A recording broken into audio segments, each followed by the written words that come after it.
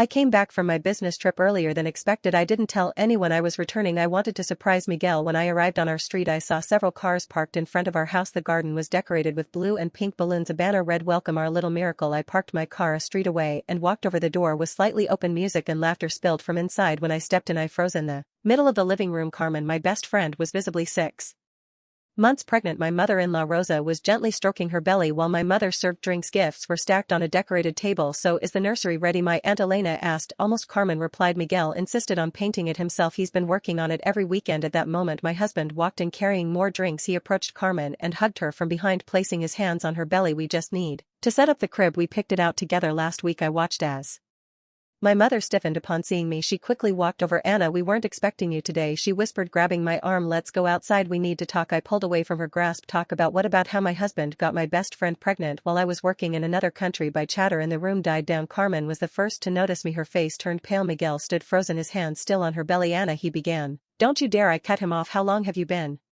cheating on me?" No one answered. My father, standing in a corner, couldn't even look me in the eye. "I can explain," Carmen said, taking a step forward. "We didn't want you to find out like this." "Oh, and how were you planning to tell me? After the baby was born or when they turned 18? My mother-in-law stepped in. "Anna, please think about the baby. Carmen doesn't need this stress in her condition." "Her condition?" I let out a humorless laugh. "The same condition I was in 2 years ago when I lost my baby. Where was your concern then, Rosa?" The silence that followed was deafening. My mother tried again. "Honey, I know this is difficult." "Difficult for whom?" "For me, who worked nonstop for 9 months while my husband was sleeping with my best friend, or for all of you who had to keep up the charade?" Miguel finally stepped away from Carmen. "Anna, can we talk privately? Don't make a scene." "A scene? No, Miguel, a scene would be telling everyone how you convinced me to take that overseas job, how you said we needed the money to start our family." I turned to Carmen. "Did he tell you that, or did he say he was lonely and abandoned while his cruel wife chased her career?" Carmen started crying. "It wasn't like that. We didn't plan this." "Of course not. I suppose you just tripped and fell pregnant by my husband. These things happen, right?" The guests began shifting uncomfortably. Some grabbed their bags ready to leave. My father finally spoke up. "Anna, calm down. You're upset." "Upset? No, Dad, I'm perfectly calm. In fact, I'm grateful." My mother frowned. "Confused?" "Grateful, yes, because now I see everyone for who they really are: my husband the liar, my best friend the traitor, and my family the cowards who chose to protect this lie instead of me." I walked over to the gift table and grabbed one at random. "This one's yours, Mom. You bought a nice gift for your son-in-law's mistress's baby." "Anna, please," my mother pleaded. I tore the wrapping paper open. It was a white baby outfit with blue details. "How thoughtful. I hope you kept the receipt." Miguel stepped forward, trying to take the gift from my hands. "Enough, Anna, you're making a fool of yourself." "Making a fool of myself? No, Miguel, you did that all on your own, getting my best friend pregnant while I was paying all the bills." My mother-in-law stood up outraged. "This is too much. Miguel was just looking for the happiness you couldn't give him. Always busy, always working." "You're right, Rosa. I was too busy working to pay the mortgage on the house where your son was sleeping with my friend." I looked around the room. Every familiar face now looked like that of a stranger. "You know what? You can keep the house, the furniture, the gifts, but Miguel, I suggest you get a good job because you won't have access to my money anymore." "What are you talking about?" he asked, turning pale. "I'm talking about how while I was overseas I wasn't just working, I was also consulting a lawyer. I have proof of every penny I spent on this house, on you, on our marriage." I walked out of that house without looking back. My hands were shaking, my breathing was erratic, but I refused to break down in front of them. They didn't deserve to see my tears. I walked away, ignoring the curious stares from the neighbors who had probably heard every word of the scene that had just unfolded. I got into my car and slammed the door shut. My hands gripped the steering wheel so tightly that my fingers turned white. My vision was blurred, but I refused to cry. I started the engine and just drove. No destination, no direction, just getting away from that nightmare. My phone was flooded with messages, missed calls from my mother, texts from Miguel, even Carmen. "Please, Anna, we need to talk. This wasn't supposed to happen this way. You don't understand the whole situation." "Oh, I understood perfectly. I understood that while I was working to support my home, my family, my marriage, they were together. I understood that every time Miguel called me saying he missed me, it was a blatant lie. I understood that every time Carmen said she was busy and couldn't talk, it was because she was busy with him." A bitter taste filled my mouth. Disgust at myself for not seeing it sooner. After driving for a while, I pulled into the parking lot of a random hotel. I needed a place to breathe. I wasn't going back to that house that now stood as a monument to my humiliation. I walked to the front desk and booked a room for a few days. The receptionist gave me a strange look, probably because of my disheveled appearance, but handed me the key without asking questions. The moment I stepped inside the room, I locked the door and collapsed onto the bed. Only then did the weight of everything crush me. I curled up, hugging myself, and let the tears fall. Tears of rage, of disgust, of a deep suffocating pain that squeezed my chest. But I couldn't stay like this forever. I had to do something. The next morning I went straight to my lawyer's office. He already knew about my situation and had all the necessary documents ready to ensure that I got out of this mess with as little damage as possible. I want to start the process today, I said firmly. Divorce, property division, everything, and I wanted to be clear that Miguel won't see a single cent of my money. He nodded. You have more than enough evidence to contest any claim he might make. The house is in your name, all the expenses we covered by you. He has no rights to anything. I took a deep breath. Good, then let him find out the hard way. I walked out of the office feeling an odd sense of relief.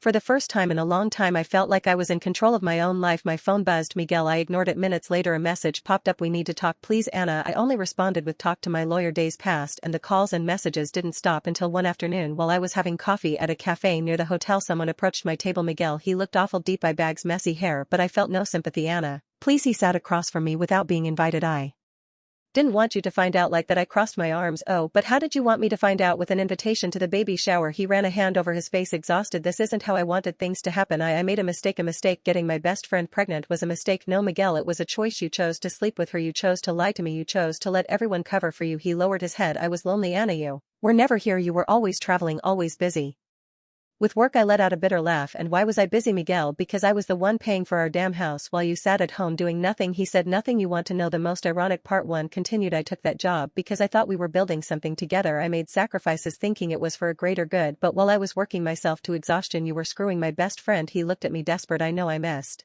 up, Anna, but can't we fix this another way? I leaned forward, staring directly into his eyes. We are fixing it. My lawyer has already filed for divorce. You won't get a yes from me, and as for that child, I hope you're a good father because I want you out of my life. Anna, please, it's over. Miguel. I stood up and walked away without looking back. It didn't take long for the news to spread. My real friends, the ones who hadn't betrayed me, stood by my side, and my family, oh, they tried to reach out. My mother called me multiple times trying to justify everything. We didn't want to hurt you, sweetheart. It was complicated for all of us. You need to forgive. No, I moved on over time. I rebuilt my life. I left that hotel and bought myself a new apartment. I focused on my career, my future, and Miguel, well, he soon realized that life wasn't so easy without the comfort I had provided. A few weeks later I received another message. Can we talk? I miss you. I laughed, deleted the message without replying, and for the first time in a long time I felt free when I finally received confirmation that Miguel had been officially served with the divorce papers. I knew his real nightmare was just beginning. He tried to contact me in every way possible. He called me dozens of times a day, sent endless messages, even showed up at places he knew I frequented, but I didn't answer. I didn't give him a chance. I refused to let him manipulate me. One night as I was returning to my apartment I found my mother waiting outside. Anna, we need to talk. I rolled my eyes. I already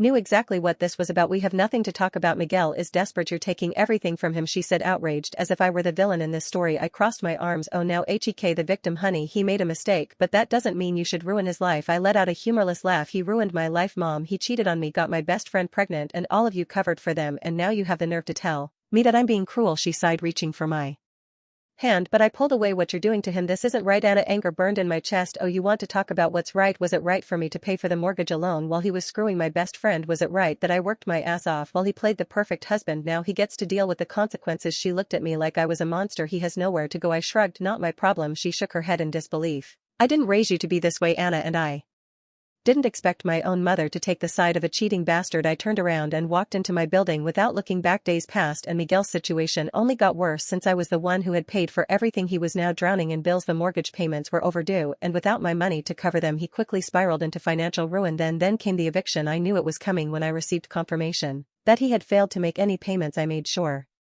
to personally be there to witness the moment he was forced out of my house. When I arrived, the place was in chaos. Boxes were scattered around the front yard. Miguel was arguing with the officer handling the eviction. Carmen stood beside him, clutching her pregnant belly with a panicked expression. Anna, he shouted when he saw me, you can't do this to me. I crossed my arms, feeling a dark sense of satisfaction bloom inside me. I can, and I did this. Isn't fair. I lived in this house. No, I paid for this house. You were just a parasite living in it. His face turned red with frustration. Where the hell do you expect me to go? I shrugged. Not my problem. Carmen looked at me as if expecting mercy. Anna, please. She actually had the nerve to look me in the eyes and say please. I took a step toward her. Oh, so now you can say my name. Before it was just I hope she never finds out, wasn't it? She lowered her head. It wasn't supposed to be like this, but it is. And now you and Miguel have to deal with it. Miguel ran his hands over his face, looking exhausted. You don't have a heart. I tilted my head. Funny, because you sure love that heart when it was paying all your bills. He opened his mouth to argue but shut it again. The officer approached. Time's up. You need to vacate the property now. Miguel's expression turned to sheer panic. He looked around, realizing that he was out of options. He grabbed a box and slammed it onto the ground. You just want to see me destroyed, don't you? I leaned in closer, meeting his gaze.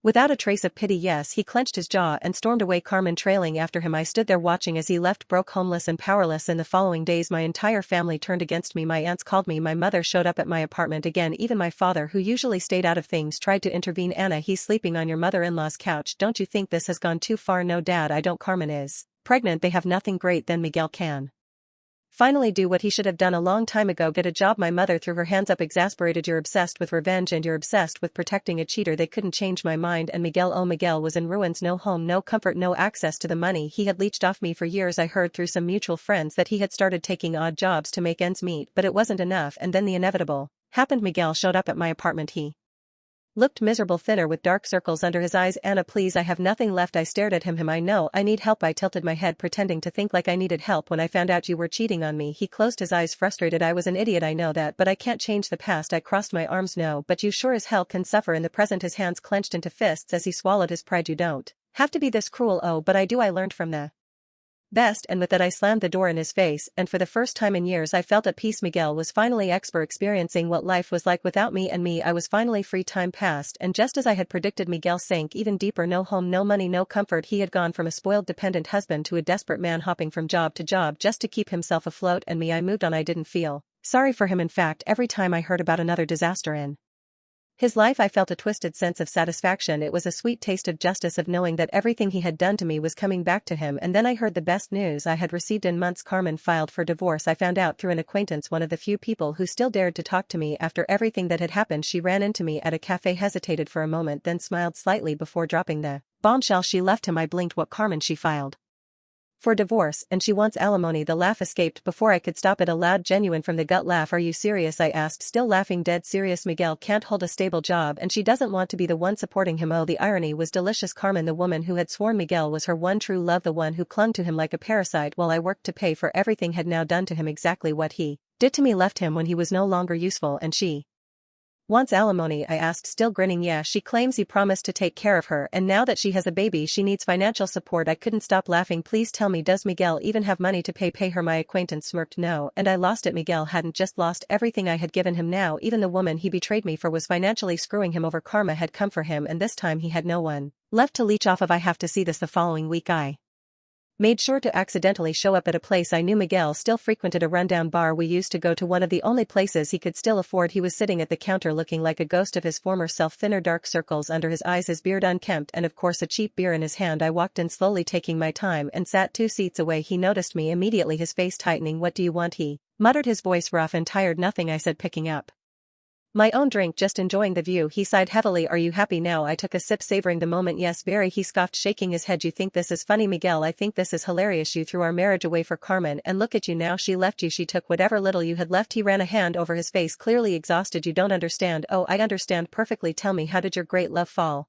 apart so quickly? He went quiet for a long moment before staring at his empty glass. She said she couldn't be with someone who had nothing to offer. Funny, right? That's exactly what you said about me. He shut his eyes, his jaw tightening. You don't get it, Anna. Oh, but I do. You were only good enough for her when you were convenient. Now that you can't provide the comfortable life she wanted, she threw you away like garbage. He didn't argue because he couldn't. I stood up, ready to leave. You know what's the best part? You deserve every bit of this. And I walked out, leaving Miguel to drown in his own misery. After that day I cut off everyone connected to my past. I distanced myself from my family, the hypocritical aunts who kept telling me to forgive, my mother who insisted I had gone too far. I owed nothing to any of them. The only person I owed something to was myself, and so I started over. I rebuilt my life from scratch, bought myself a new apartment just for me, sold everything that reminded me of that pathetic chapter of my life, donated some things, burned others. Miguel and Carmen were erased, went out more, met new people, enjoyed life without carrying dead weight on my back. For the first time in years my life was mine, and while I moved forward Miguel kept falling apart. Months later I heard that he had tried to appeal the divorce ruling, claiming that he deserved alimony instead. Of course the judge laughed in his face and denied everything. I also found out that Carmen kept draining whatever tiny bit of money he had left, and I had never felt